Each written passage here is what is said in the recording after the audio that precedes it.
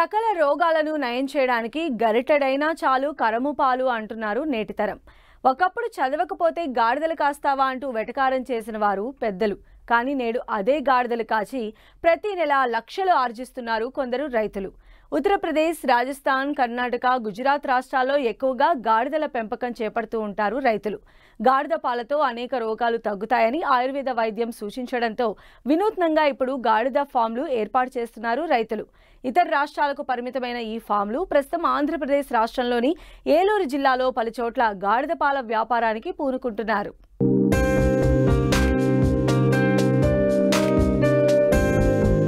గాడిదలు మేపుతూ కనిపిస్తున్న ఈ రైతు పేరు రుద్రపోయిన వెంకట్రెడ్డి.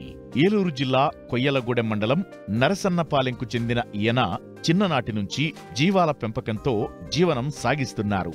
ఇటీవల కాలంలో గాడిద పాల ద్వారా అధిక లాభాలు వస్తున్నాయన్న సమాచారంతో సుమారు 7 లక్షల వ్యయంతో కాట్వాడి, టోక్యో జాతికి చెందిన 2 రకాల గాడిదలను 40 కొనుగోలు చేశారు. గొర్రెలు, మేకలతో పాటు గాడిదలను సైతం పెంచుతున్నారు. ఒక్కొక్క గాడిద రోజుకు లీటరు నుంచి లీటరున్నర వరకు పాలు ఇస్తుంది. అయితే మార్కెటింగ్పై పెద్దగా అవగాహన లేక తన గ్రామంలో ఫ్లెక్సీలు వేయించి గాడిద పాలు అమ్ముతున్నారు. ఫస్ట్ నుంచి కూడా మేము ఈ జీవాల్లోనే ఉంటున్నామండి. గొర్రెలు గట్ట మా తాతల కాడ నుంచి గొర్రెలే కాసుకుంటున్నామండి. అయితే ఫస్ట్ నుంచి 1, 2 ఉండేయండి గాడిదలు మా దగ్గర. అవి అలాగలగా ఉంటా ఈ మధ్యన గొర్రెలతో పాటుగా గాడిదలు కూడా మేపాలని మాకు ఒక ఆలోచన వచ్చిందండి. సర్లేని ఈ మధ్యన కొన్నానండి. ఒక 40 సార్లు దాకా కొన్నానండి. ఆ పాలు 2000, 3000 అంటున్నారండి. ఎవరికైనా సరే కావాలంటే దాని గురించి తెలిస్తే మేము కూడా అమ్ముదారని ఒక ఆలోచనలో ఉన్నామండి. గాడిద పాలు తాగడానికి చాలా మంది వస్తున్నారండి. ఒక ఫ్లెక్సీల కింద కొట్టించి రోడ్డు మీద ఫోన్ నెంబర్ గట్రా వేసి ఫ్లెక్సీలు కొట్టించి రోడ్డు మీద పెట్టించానండి. డైలీ ఇంటికి తీసుకొస్తున్నాం పాలు. ఆ నెంబర్ చూసి ఫోన్ చేసిన వాళ్ళకే ఇస్తున్నామండి పాలు మట్టుకి. అయితే ఆ పాలు దేనికని అడిగితే వాళ్ళు ఆవ్యాసం, ఉబ్బసం, కాళ్ళు నొప్పులని, ఈ ఊపిరితిత్తులు నింబని, ఇసుమంటి వాటికన్నిటికీ పనిచేస్తుంది అన్న దాని గురించి చాలామంది తాగుతున్నారండి. అయితే వీటిని ఇంకా ఎదరికి మనం తీసుకెళ్ళాలా, ఏదన్నా డైలీ సేల్స్ అవుతాం కోసం మా దగ్గర ఎలా చూసుకున్నా డైలీ ఎలా చూసినా 4 లీటర్లు 5 లీటర్లు పాలు అవుతాయండి. డైలీ తీస్తాం. మేము తీర్చలేదండి ఇప్పుడు వరకు. అవి ఆ పిల్లలే తాగుతున్నాయి. ఎవరన్నా కావాలని నెంబర్ చూసి ఫోన్ చేస్తే తీసి అమ్ముతున్నామండి. మేము ఏదో లీటర్ 2000 అన్నామండి. 2000 చొప్పున ఎవరో ఒకళ్ళు వచ్చి మాకు ఫోన్ చేసి మాకు లీటర్ కావాలా, 1/2 లీటర్ కావాలన్న వాళ్ళకే మేము ఇస్తున్నామండి. అయితే పాములో పెట్టిన కాడ నుంచి వాటికి మేతగా సౌకర్యం గట్రా సరిగ్గా కుదురుతలేదు. చాలా చూస్తున్నామండి. అక్కడక్కడ ఈ పాములో పెట్టినట్లు చూస్తున్నాం. బాగా బక్సిక్కిపోయి ఉంటున్నాయండి అవి. ఇక మాకు మేత ఎక్కడ ఉంటే అక్కడ, మా గొర్రెలు ఎక్కడ మేత అక్కడ వీటిని కూడా తోలుకెళ్ళి మేపుతున్నామండి. దూడ కూడా బాగుంటుందని దాన్ని బట్టి మేము ఒక పొలాలు అమ్మటా ఎక్కడ మేత ఉంటే అక్కడ, మా ఊరికి కనీసం 50 కిలోమీటర్ల దూరంలో ఎక్కడ మేత ఉంటే అక్కడ గొర్రెలతో పాటు తోలుకెళ్ళి మేపుతున్నామండి. ఇప్పుడు ఇంత మటుకు కొనడానికి ఒక 7 లక్షల చిల్లర అయిందండి. కొనుక్కొచ్చాను. ఎవరికైనా సరే పాలు కావాలని ఎక్కడన్నా దాని గురించి తెలిస్తే మాత్రం మేము పంపించగలుగుతానండి పాలు. గాడిద పాలకు అంతటి డిమాండ్ ఏర్పడడానికి ప్రధాన కారణం అందులో ఆరోగ్యానికి మేలు చేసే ఎన్నో ఔషధ గుణాలు ఉండటమే అంటున్నారు ఆరోగ్య నిపుణులు. అంతేకాదు వీటిలో చర్మ సౌందర్యానికి తోడ్పడే అనేక గుణాలున్నాయని చెబుతున్నారు. ఈ క్రమంలోనే అనేక రకాల బ్యూటీ ఉత్పత్తులలో గాడిద పాలను ఉపయోగిస్తున్నారట. అంతేకాదు ఆవు, గేదె, మేక, ఇతర పాడి జంతువుల పాలతో పోలిస్తే గాడిద పాలలో తల్లిపాలలో ఉండే పోషకాలు ఉన్నట్లు పలు పరిశోధనలు వెల్లడించాయి. అందుకే మన పూర్వీకులు మన పిల్లలకు గాడిద పాలు తాగించడం వల్ల ఎలాంటి అనారోగ్య సమస్యలు రావని నమ్మేవారు. అందుకే రైతు గాడిదల పెంపకం చేపట్టారు. ప్రస్తుతం స్థానికంగానే లీటరు 2000 చొప్పున అమ్మకం చేపడుతున్నారు. కంపెనీల నుండి పాల ఆర్డర్ల కోసం ఎదురుచూస్తున్నారు.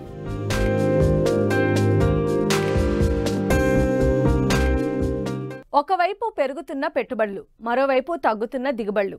మార్కెట్లో గిట్టుబాటు ధర రాక రైతులు నష్టాల పాలవుతున్నారు. ఇటు రసాయన ఎరువులు, పురుగు మందుల వాడకంతో భూమి సారం కోల్పోతుంది. వీటన్నింటికీ ప్రకృతి వ్యవసాయమే మేలని రైతులు అటువైపు మొగ్గు చూపుతున్నారు. ప్రభుత్వం కూడా ప్రకృతి సాగును ప్రోత్సహిస్తూ రాయితీలు ఇస్తోంది. ఇందులో భాగంగానే 30 రకాల నవధాన్యాల కిట్లను రైతులకు అందిస్తోంది.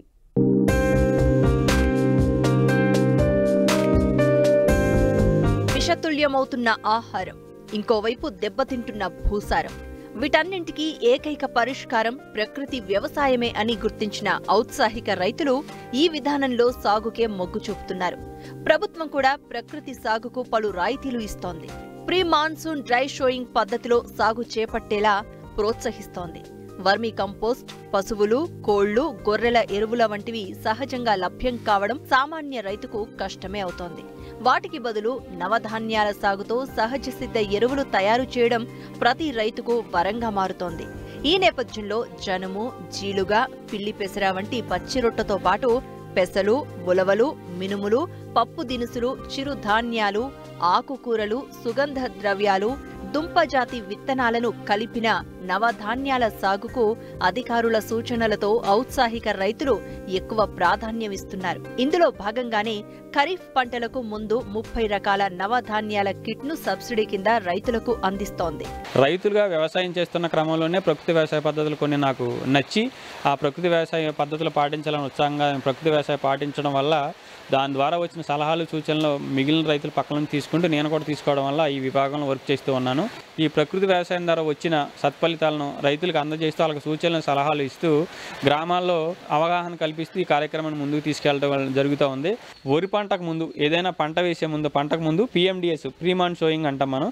నవధాన్యాలు, పచ్చిరొట్ట పంటలుగా రైతులు ఎవరైతే ఉన్నారో వీళ్ళందరూ కూడా జనుము, జీలగా, పిల్లిమేసర అంటే ఒక్కొక్క రకాన్ని మాత్రమే రైతులకు అవగాహన కలిగిన పచ్చిరొట్ట వేయాలని ఒక్కొక్క రకాన్ని మాత్రమే యూజ్ చేస్తూ మనకు అలవాటు పడి ఉందని. అలా కాకుండా తద్వారా ఇప్పుడు మన ప్రకృతి వ్యవసాయంలో ఏంటంటే నవధాన్యాలు అంటే ఇప్పుడు 30 రకాలు నవధాన్యాలని 9 జాతులతో కూడిన 30 రకాల నవధాన్యాలు అంటే పచ్చిరొట్ట పంటగా పప్పు దినుసులు, నూనె జాతులు, పచ్చిరొట్ట ఎరువులు, సుగంధ ద్రవ్యాలు, తర్వాత తీగ జాతులు, దుంప జాతులు, ఆకుకూరలు, ఇలాగ 9 రకాల జాతులు తీసుకుని 30 రకాల విత్తనాలు పిల్లి పెసర్లు, బొబ్బర్లు, మినుములు, పెసర్లు, శనగలు, నువ్వులు, పొద్దుతిరుగుడు, ఇలాంటి తర్వాత గోంగూర, తోటకూర, బెండలు, ఇలాంటి రకాలన్నీ కూడా కలిపి మిక్స్ చేసి 30 రకాలు మేము తొలకరికి ముందు వర్షాలు పడేటప్పుడు 10 కేజీలతోటి 10 కేజీల మోతాడుతోటి 700 రూపాయలకి మేము రైతులకు అందజేయడం జరుగుతుంది. ఏవైతే 30 రకాలు ఉన్నాయో 30 రకాలు పోషకాలను భూమిలోకి వెళ్ళడం, పిండి పదార్థం కిందకి వెళ్ళడం వల్ల ఆ భూమిలో ఉన్న సూక్ష్మజీవులు అన్నీ కూడా యాక్టివ్గా రెడీగా ఉంటాయి. ఇది ఇప్పుడు మనం 45 నుంచి 60 రోజులు పశుగ్రాసాన్ని తయారైన తర్వాత పశువులకు పంటగా మేతగా కూడా వాసుకోవచ్చు, పశుగ్రాసంగా కూడా వాడుకోవచ్చు.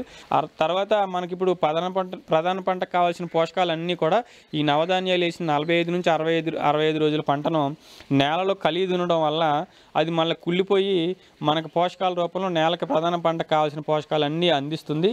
అదే కాకుండా మన ప్రకృతి వ్యవసాయంలో ఈ నవధాన్యాలు లాంటి పంటల వైవిధ్యం, మిశ్రమ పంటలు వేయడం వల్ల నీళ్ళు అన్నీ కూడా బయటికి వెళ్ళడానికి అవకాశం ఉండదు.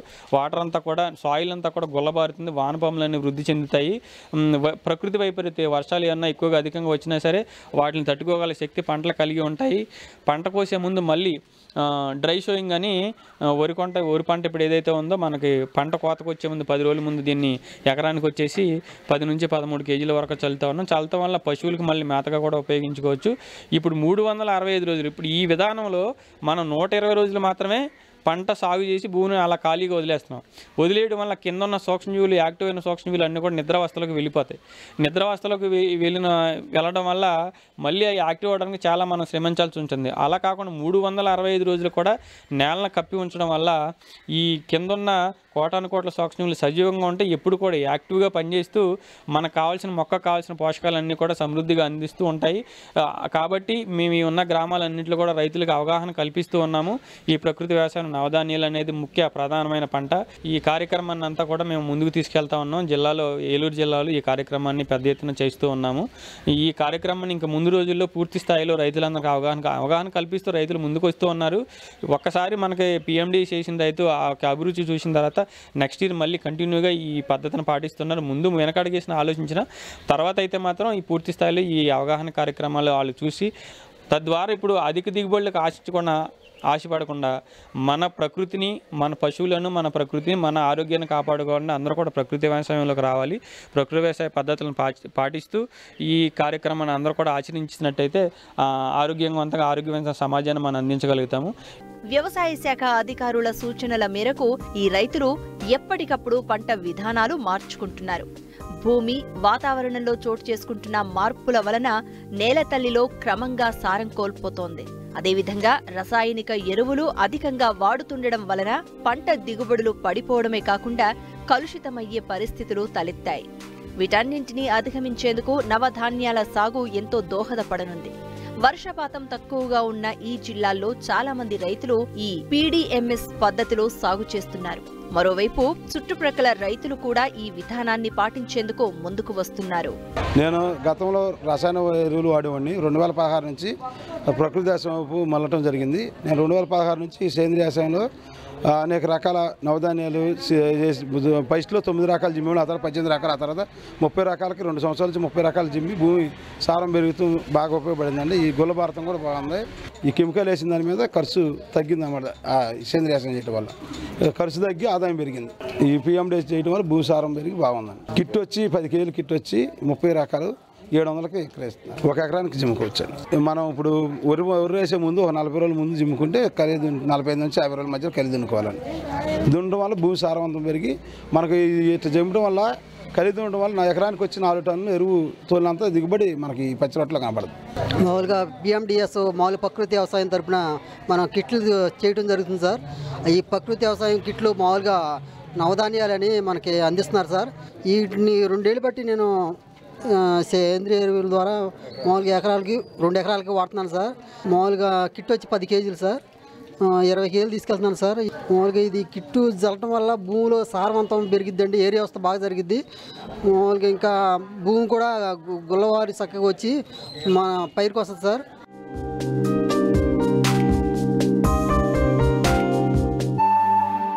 పండ్ల తోటల నుంచి రైతులు 10 కాలాల పాటు మంచి ఫలసాయం పొందాలంటే సారవంతమైన నేలల ఎంపికతో పాటు ఆయా ప్రాంతాల డిమాండ్కు అనుగుణంగా రకాలను ఎంపిక చేసుకోవాలి.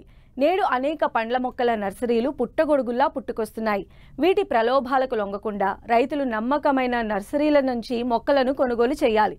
ఎందుకంటే పండ్ల తోటలను నాటిన 4-5 సంవత్సరాల తర్వాత కానీ వాటి దిగుబడి సామర్థ్యాన్ని అంచనా వేయలేం. తీరా నాటింది నాసిరకం మొక్క అయితే పడిన శ్రమంతా వృధా అవుతుంది. పెట్టిన పెట్టుబడంతా బూడిదలో పోసిన పన్నీరవుతుంది. అందువల్ల కొత్తగా మామిడి తోటలు సాగు చేసే రైతాంగం భూభౌతిక లక్షణాలు గమనించి నాణ్యమైన మొక్కలను ఎంపిక చేసుకోవాలంటూ సూచిస్తున్నారు ప్రధాన శాస్త్రవేత్త డాక్టర్ ఏ భగవాన్.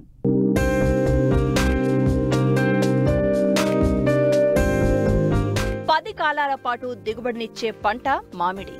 మామిడికి పుట్టినిల్లు మన దేశమే. అత్యంత వైవిధ్యభరిత జన్యు సంపద మన సొంతం. అయినా ఇతర దేశాలు మనకన్నా 50% మిన్నగా అధిక దిగుబడులు సాధిస్తున్నాయి. సంప్రదాయ సాగు పద్ధతులు ఇంకా వేళ్లూనుకుని ఉండడం, నాణ్యమైన మొక్కలు అందుబాటులో లేకపోవడం దీనికి ప్రధాన కారణాలుగా కనిపిస్తున్నాయి. మామిడి మొక్క దశలో దాని దిగుబడిని అంచనా వేయడం చాలా కష్టం. అందువల్ల మొక్కల ఎంపికలో సరైన అవగాహనతో మెలగాలి. మెదక్ జిల్లాలోని సంగారెడ్డి ఫల పరిశోధనా స్థానం నాణ్యమైన పండ్ల మొక్కలకు పెట్టింది పేరు. ఏటా లక్షల సంఖ్యలో మామిడి మొక్కల ఉత్పత్తి జరుగుతుందిక్కడ. రాష్ట్రంలోని వివిధ ప్రాంతాల డిమాండ్కు అనుగుణంగా అధునాతన గ్రాఫ్టింగ్ పద్ధతులతో ఉత్పత్తైన అంటు మొక్కలను రైతులకు సరఫరా చేస్తున్నారు. వాణిజ్య సరళిలో మామిడి సాగుకు అనువైన 20 రకాలను ఉత్పత్తి చేస్తున్నారు. ప్రస్తుతం జూన్ నుంచి మామిడి నాటే సమయం కనుక కొత్తగా తోటలు వేయబోయే రైతాంగం మామిడి అంటు మొక్కల ఎంపికలో ఎలాంటి జాగ్రత్తలు తీసుకోవాలో వివరిస్తున్నారు సంగారెడ్డి ఫల పరిశోధనా స్థానం ప్రధాన శాస్త్రవేత్త డాక్టర్ ఏ భగవాన్. ముఖ్యంగా మన రాష్ట్రంలో మామిడి అనేది 52% వరకు మనం పండ్ల తోటల విస్తీర్ణంలో మామిడే ఉంది. చాలామంది రైతులు మామిడి వేయడానికి చాలా ముందుకు వస్తుంటారు. మరి ఈ మామిడి తోటలు వేసే దాంట్లో మనకి ముఖ్యంగా మనం పాటించవలసింది అసలు నేలలో ఏ విధంగా మనకి అనుకూలమా కాదా అనేది మనం చెక్ చేసుకోవాలి. ఆ నేల అనుకూలంలో నేల యొక్క సాయిల్ యొక్క రిపోర్ట్ని మనం తీసుకున్నట్లయితే ఆ సాయిల్ యొక్క రిపోర్ట్లో ఉదరజని సూచిక అంటే pH అంటాము. ఈ pH అనేది 5.5 నుంచి 8 pH మధ్యలో ఉంటే మనము మామిడి చెట్లు వేసుకోవడానికి చాలా అనువైన pH అనుకుంటాము. అదేవిధంగా నేల స్వభావంలో ముఖ్యమైనది ఈసీ అంటాం, ఎలక్ట్రికల్ కండక్టివిటీ. ఈ ఎలక్ట్రికల్ కండక్టివిటీ అనేది మనకి సాయిల్లో వచ్చేసి మనకి 0.5 కంటే కూడా తక్కువ ఉంటే ఆ నెలలు చాలా బాగా మనకి మామిడికి పనికి వస్తాయి. దానికంటే కొంచెం ఎక్కువగా ఉన్నట్లయితే మనకి మామిడిలో ఎదుగుదల సరిగ్గా ఉండకుండా ఆకులు మాడిపోయి మనకి సాల్ట్ ఇంజరీ వచ్చే అవకాశం ఉంది కనుక తప్పనిసరిగా రైతులు ముందుగా తమ యొక్క నెలని ముందు పరీక్ష చేసుకొని దాంట్లో ఉదజని సూచిక మరియు ఎలక్ట్రికల్ కండక్టివిటీ సమానాలు ఉన్నాయా లేవా చెక్ చేసుకోవాలి. అదేవిధంగా నీరు అంటే బోర్ నుంచి వచ్చే నీరులో కూడా ఈ యొక్క ఎలక్ట్రికల్ కండక్టివిటీ అనేది మనం చూసుకుంటే లవణాలు అంటే ఎంత లవణాల శాతం ఉన్నది మనం చూసుకుంటే ఈ లవణాల శాతము నీటిలో కూడా 1.2 మిల్లీమోల్స్ కంటే కూడా ఎక్కువ ఉండకూడదు. అంతకంటే తక్కువ ఉంటేనే మనకి మామిడి వేసుకోవడానికి చాలా అనువైనదిగా మనం గ్రహించి అటువంటి నెలలో ఈ యొక్క మామిడి తోటలు మనం వేసుకోవాలి.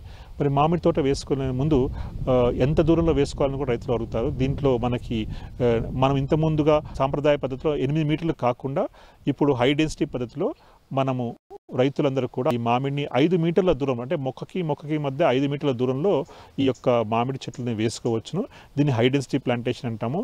ఇది ఎకరానికి 160 మొక్కలుగా మనకి వస్తుంటుంది. ఈ విధంగా మనము రైతులు డిసైడ్ చేసుకున్న తర్వాత ఈ మొక్కలు అనేవి మనకి ఎక్కడ దొరుకుతాయి అంటే ఏ విధంగా ఉంటాయి, నాణ్యమైన మొక్కలు ఎలా గ్రహించాలి.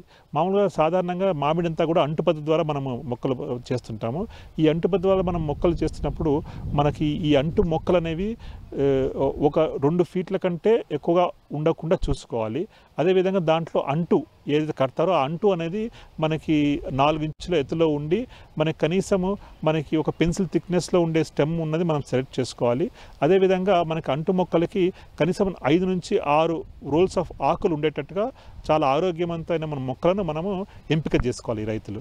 ఈ యొక్క మంచి నాణ్యమైన అంటు మొక్కలన్నీ కూడా మనకి ఈ ఫల పరిశోధన సంస్థ సంగారెడ్డిలో లభ్యమవుతాయి. ఇవన్నీ కూడా జూన్, జూలై, ఆగస్టు మాసంలో రైతులకు ఇవ్వడం జరుగుతుంది. వారు ఇక్కడికి వచ్చి ఇంకా సలహాలు తెలుసుకొని చేసుకోవచ్చు. అదేవిధంగా మనం ఎటువంటి రకాలు వేసుకోవాలంటే మనము బాగా వాణిజ్యపరంగా వచ్చే రకాల్లో మనకి బంగన్పల్లి అనే రకం వేసుకోవచ్చును. హిమాయత్ అనే రకం కూడా ఇప్పుడు బాగా మనకి కన్స్యూమర్ ప్రిఫరెన్స్ చాలా బాగుంది, దాంట్లో మార్కెట్ విలువ బాగుంది కనుక హిమాయత్ కూడా వేసుకోవచ్చును. అదేవిధంగా దశరి అనే రకం కూడా వేసుకోవచ్చును. అదేవిధంగా కేసరి అనే రకం కూడా వేసుకోవచ్చు. ఇలా 3-4 రకాలు మన వాణిజ్యపరంగా ఏవైతే బాగా ఉన్నాయో వాటిని ఎంపిక చేసుకొని రైతులు వేసుకుంటే మంచి లాభాలు వస్తాయి. అదేవిధంగా మా ఫలప్రద సంగారెడ్డిలో మనకి పచ్చడి రకాలు కూడా ఉన్నాయి. ముఖ్యమైన పచ్చడి రకాల్లో మనకి ఆమిని అనే రకం ఒకటి, జలాల్ అనే రకం ఒకటి 2 ఉన్నాయి. ఈ 2 పచ్చడి రకాలు కూడా మనము వేసుకోవచ్చును. అదేవిధంగా రసభరిత రకాలు చిన్న రసం అనేది, పెద్ద రసము మరియు చెరుకు రసము ఇవన్నీ కూడా మనకు లభ్యమవుతాయి. ఇవన్నీ కూడా వేసుకున్నట్లయితే రైతులకి మంచి దిగుబడి వచ్చి మార్కెట్ విలువలు బాగా ఉండి అధిక లాభాలు రావడం జరుగుతుంది. మరి ఈ మొక్కలు వేసుకోవడానికి ముందుగా మనం గుంతలు తీసుకోవాల్సి ఉంటుంది. మరి ఆ గుంతలు ఎంత విస్తీర్ణంలో తీసుకోవాలంటే మామిడికి వేసే మొక్కల్లో మనకి కనీసం 3 ఫీట్ల గుంతలు అంటే 3 ఫీట్ల లోతు, 3 ఫీట్ల వెడల్పు, 3 ఫీట్ల పొడవు ఉండేటట్టుగా గుంతలు మనం తీసుకోవాలి. మరి ఈ గుంతలు మట్టి అంతా తీసిన తర్వాత ఆ మట్టిలో మనము బాగా చివికిన పశువుల ఎరువు ఒక 5 గంపల పశువుల ఎరువు మనము వేయాలి. అంటే సుమారు అది 30 కేజీల వరకు పశువుల ఎరువు ఉంటుంది. ఆ పశువుల ఎరువు వేసి బాగా కలపాలి. దాంట్లోనే మనము ఈ నీమ్ కేక్ ఒక 2 కేజీల నీమ్ కేక్ వేపపిండి అనేది మనము కలపాలి. దాంట్లోనే మనము ఒక 2 కేజీల వర్మీ కంపోస్ట్ కూడా కలిపి దాంట్లో మనకి సింగిల్ సూపర్ ఫాస్ఫేట్ అంటే ఈ సింగిల్ సూపర్ ఫాస్ఫేట్ 2 కేజీలు వరకు ఆ మట్టిలో అన్నీ కలిపి అంటే ఈ మిశ్రమాన్ని అన్నింటినీ కూడా మనం బాగా కలిపి మళ్ళీ గుంత బూడ్చేసేయాలి. అయితే గుంత బూడ్చేటప్పుడు రైతులందరూ కూడా గుర్తుపెట్టుకోవాల్సింది ఏంటంటే గుంత ఎప్పుడు కూడా మనము మట్టితో బూడ్చేసినప్పుడు అంతా ఈ మిశ్రమాన్ని కలిపి బూడ్చిన తర్వాత మన భూమి మట్టం కంటే 1 ఫీట్ ఎత్తులో బూట్ చేసేయాలి. ఎందువల్లంటే అది తీసిన గుంత కనుక మన దిగిపోతుంది కనుక మనం ఆ విధంగా చేసుకోవాలి. ఆ విధంగా చేసుకొని బాగా నీరు కనుక మనం ఇచ్చినట్టయితే డ్రిప్ పద్ధతి ద్వారా కానీ వర్షాలు పడ్డది కానీ నీరు ఇచ్చినట్టయితే ఆ గుంత దిగేసి మళ్ళీ మనకి గ్రౌండ్ నుంచి మనకు కొన్ని 2 ఇంచులే ఉంటుంది. ఆ విధంగా మనము గుంత తయారు చేసుకొని మట్టి సరిగ్గా నింపుకొని దాంట్లో మధ్యలో మనము మనం ఇంతకుముందు ఎంపిక చేసిన మొక్కని మనం నాటుకోవాలి. మామిడి మొక్కల్లో అంటుకట్టిన తల్లి కాడ మంచిదైతే కొత్త అంట్లు నాణ్యమైన అధిక దిగుబడిని ఇస్తాయి. అధిక దిగుబడిని ఇచ్చే తల్లి చెట్టు నుంచి సేకరించే కొమ్మను సయాను అంటారు. వీటిని వెనీర్ గ్రాఫ్టింగ్ పద్ధతిలో మొక్కలకు అంటుగడతారు. మొక్కలను కొనుగోలు చేసేటప్పుడు వేరు మూలం సయాను బాగా అతికి ఉన్న మొక్కలను ఎన్నిక చేసుకోవాలి. వేరు మూలంపై కొత్త చిగుర్లు లేని మొక్కలను నాటేందుకు ఉపయోగించాలి. ప్రస్తుతం మార్కెట్లో వేల సంఖ్యలో మొక్కలను సరఫరా చేసే నర్సరీలు ఉన్నాయి. గుర్తింపు ఉన్న నర్సరీల నుంచే మొక్కలను కొనుగోలు చేయాలంటున్నారు శాస్త్రవేత్త. మనము అంటు ఎక్కడైతే కడతారో అంటే అంటు చెట్టుకి అంటు ఉంటుందో ఆ అంటుని తప్పనిసరిగా మనకు భూమిలోకి దిగకుండా చూసుకోవాలి. ఒక్కోసారి మొక్కలు నాటేటప్పుడు అంటు మొక్కను కూడా భూమిలోకి నాటేస్తారు. అట్లా భూమిలోకి నాటడం ద్వారా సీడ్లింగ్ అనేది వస్తుంది, మనకి అంటు మొక్క రాదు. అందుకు రైతులు కొంచెం జాగ్రత్త వహించి ఆ అంటు మొక్కని మనకి భూమి మట్టం నుంచి 4 ఇంచుల పైకి ఉండేటట్టుగా చూసుకొని మనం చేసుకోవాలి. అదేవిధంగా మనం మొక్క నాటిన తర్వాత మొక్క పడిపోకుండా, గాలి వాళ్ళకి పడిపోకుండా 1 సంవత్సరం పాటు దాన్ని స్టేకింగ్ చేయాలి. స్టేకింగ్ అంటే ఒక వెదురు కొమ్మతోని మనం ఒక 6 ఫీట్ల కొమ్మ ఉంటుంది, ఆ వెదురు బద్ద ఉంటుంది. ఆ వెదురు బద్దతోని మనము కొమ్మని మంచిగా స్టేకింగ్ చేసుకున్నట్లయితే కొమ్మ ఎదుగుదల బాగా ఉంటుంది. చనిపోవడాలు అలాంటివి జరగకుండా మనకి ఈ తోటలన్నీ కూడా నాటుతాయి. అది చాలామంది రైతులకు ఏంటంటే మనం తోట వేసిన తర్వాత మనకు 100కి 100% ప్రతి ఒక్క మొక్క కూడా చావకుండా బతకాలి. అలా బతికినప్పుడే అప్పుడు ఏమవుతాయంటే మనకి తోట యొక్క ఎఫిషియన్సీ పెరుగుతుంది, మనకి అధిక దిగుబడి వస్తుంది. ఎప్పుడైతే కొన్ని చావులు ఉంటాయో, అంటే కొన్ని మొక్కలు చనిపోవడం జరుగుతుందో, అటువంటి చనిపోయిన మొక్కలు ఇమ్మీడియట్గా మనం త్వరగా మనము వాటిని రిప్లేస్ చేసుకుంటే మనకి టైం వృధా కాకుండా ఒక 4-5 సంవత్సరాలకి మనకి తోటంతా కూడా 100% తోటలన్నీ కూడా చెట్లన్నీ కూడా ఫలసహాయాన్ని ఇచ్చి మనకి అధిక దిగుబడి ఇస్తుంది అన్నమాట.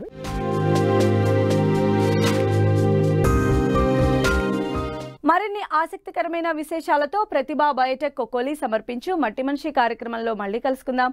అంతవరకు సెలవు, నమస్కారం.